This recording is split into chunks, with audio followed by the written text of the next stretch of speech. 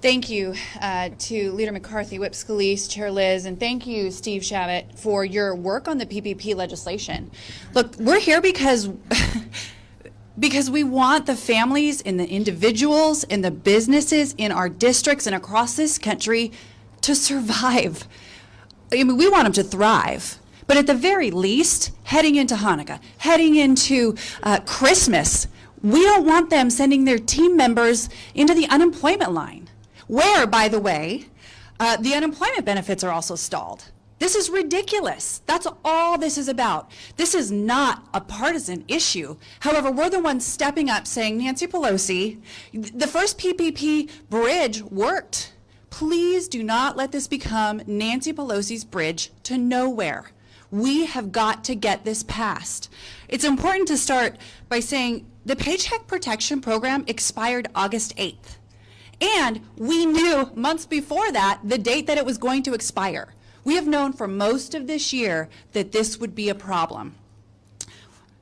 PPP has roughly $135 billion left sitting there, untouched. We don't have to spend new money. We don't have to add more money into some sort of a supplemental. It's there. All we have to do is change the dates to allow those loans to be accessed. That's it. And the reason that this hasn't moved is because it's a political football. Nancy Pelosi has allowed these businesses, these individuals, these families, these single mothers with children in Clark County in Southwest Washington. I have over 15,000 single families. She's allowed those people to be a political football in order to get different, more, bigger, trillions of dollars of more money.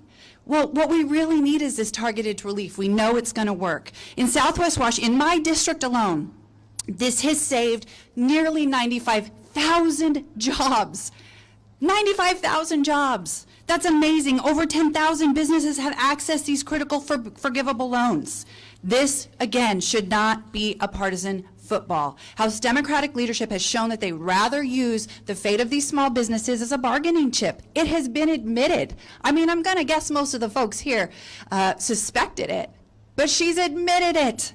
That's the reason I filed a discharge petition back in September, so we could finally clear the gridlock and get those small businesses the relief that they need to survive the pandemic. This discharge petition is really a tool of last resort. We know it, members on both sides of the aisle know it, and they've used it to go to Nancy Pelosi and say, we're going to do this unless you break this logjam. Well, I believe it is time. It's well past time to break this logjam. Congress must act now if we're serious about getting relief to families, individuals, small businesses. We have to support this discharge petition and get Steve Shabbat's PPP legislation reauthorized, reopened up.